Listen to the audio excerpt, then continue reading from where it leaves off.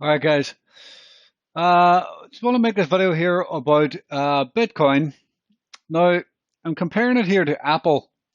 Now, this is for the people that don't think Bitcoin can hit $1 million in the coming years. Now, I'm not saying that's going to happen overnight, but I'm just going to say that Bitcoin hitting $1 million is very, very possible.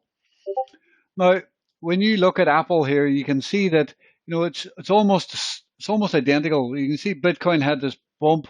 You can see we had the bump, then we had the big grind higher and the grind.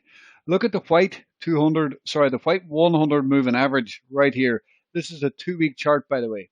Okay, and then after we had the base, we had the big pump. You can see Bitcoin's having a big pump as well, almost identical. Look at the 200. The 100 moving average. Look at the 100 moving average on Apple as well. Almost identical structures on Apple and Bitcoin. This is the inception of Apple back in 1981 through to 88. Anyway, after Apple formed that structure, this is what happened. Price consolidated into the red 200 moving average. There was some dips. Them dips were bought up.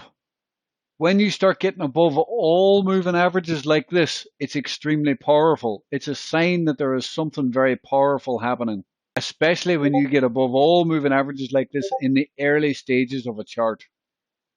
You can see what happened. We consolidated. We even dipped back down a little bit after a few years and then pumped.